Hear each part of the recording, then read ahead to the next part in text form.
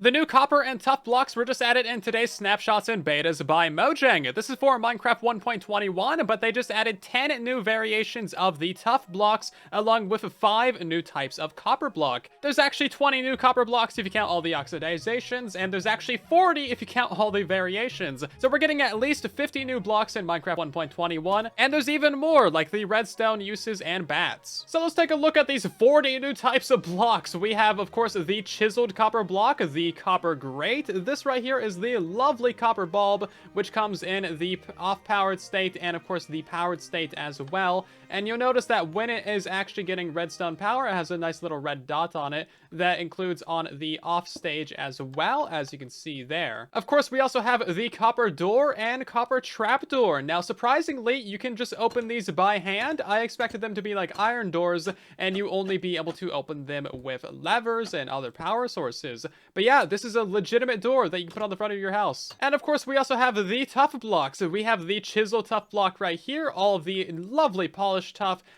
bricks, and of course the chiseled tuff bricks as well. Now, as you'll notice that there is slabs and stair and wall variants of the polished and brick variants, and of course we have our nice detail blocks with the chiseled and chiseled.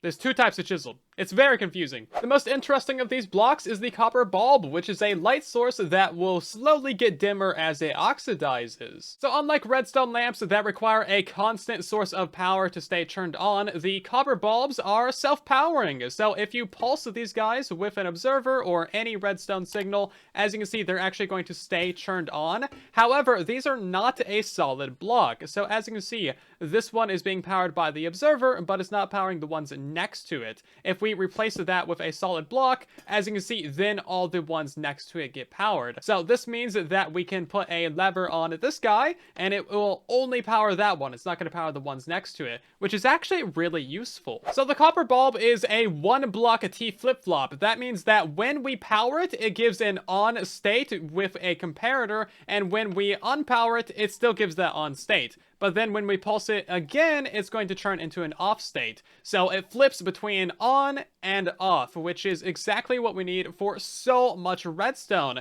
This is basically a 1 block redstone component, which is amazing. We don't get that very often in Minecraft. Right now, regardless of the state of oxidization on the copper bulb, it's always going to give us the same signal output, which is signal strength of 15. Now, that is useful, but I think that this signal strength should decay and get less powerful the more oxidized the block is. This would allow us to set up more automated oxidization machines, and this would allow us to know when our copper is being fully oxidized. And that feature alone would make a lot of Davids very happy. The first question we always have with new redstone components is, can you push them with a piston? And yes, you can! This is going to be incredibly useful because this is now a mobile power source, and unlike a redstone block, we can actually push this upwards with a piston as well. Now, typically, if you try to do that on Java Edition, it's just going to self-power, as you can see there, because of quasi-connectivity.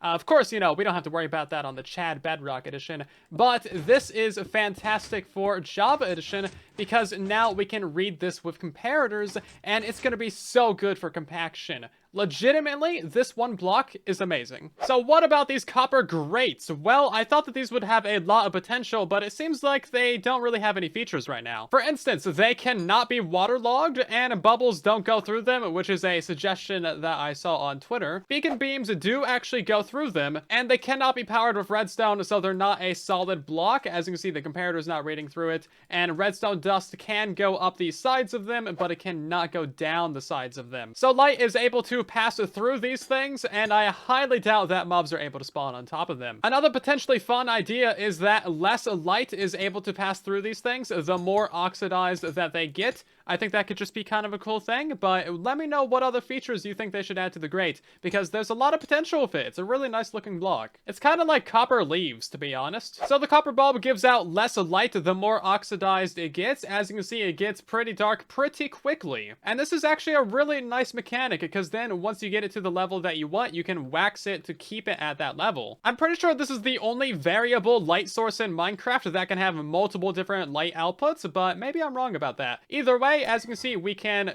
you know, scratch this thing off with an axe and it gets brighter as it goes by. And then, of course, you can wax it if you want to. And you can wax off.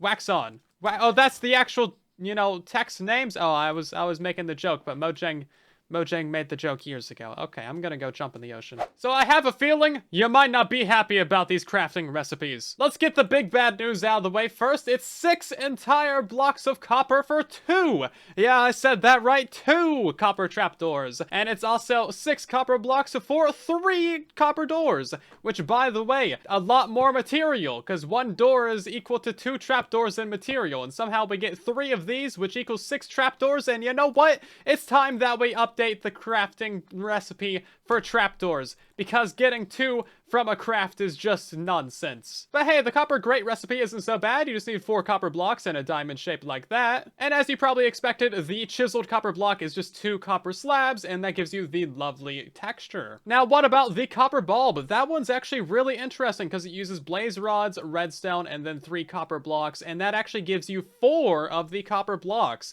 So this is not a bad way to multiply your copper output. So wait a second, Mojang, you're telling me that we can turn 3 copper blocks into 4 copper blocks, but we can turn 6 copper blocks into 2 tiny little slivers of a copper block? That's like, you know, 6 pixels worth of copper block compared to that. And it's literally twice as much copper for that as it is for this. We need a crafting recipe revolution. Somebody go start that, please. I'm kind of busy. Oh, you thought I was done? No. I got more to say on this. Imagine if you had to pay 6 iron blocks to get 2 iron trapdoors, or 6 iron blocks for 3 iron doors. No, that's not the recipe. We have the standard recipe. Wait, how do you craft it? That's iron bars. Oh, no, it's 4 to 1 even. That's so much cheaper.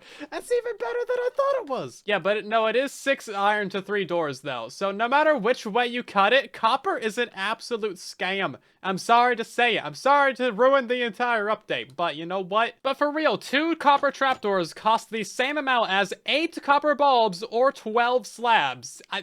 There's no balance there. This is by far the lossiest recipe in Minecraft. Steve needs to get better at making trapdoors. I have no other comments on the matter. Okay, I'm getting worked up. We need to go look at some reasonable recipes for Tuff. Everything about this is absolutely reasonable. You turn your 4 Tuff into 4 polished Tuff, turn your 4 polished Tuff into 4 Tuff bricks, and then you turn your Tuff bricks into the slabs, or you turn them into the stairs. Nothing about this makes no sense. And even better, you can turn the Tuff slabs straight into the chiseled Tuff block as well. So all of this is pretty standard brick and stone and deep slate recipe combinations, but copper, oh man. So here's the lovely new bat texture. The face, ears, and wings have all been updated. I love the little subtle purple on there. Now, that does not mean that the bats have had their pathfinding updated or that they're somehow considered smart now. If I put down a lava source within 1,000 blocks, he's still gonna fly into it. Just want to test my hypothesis real quick.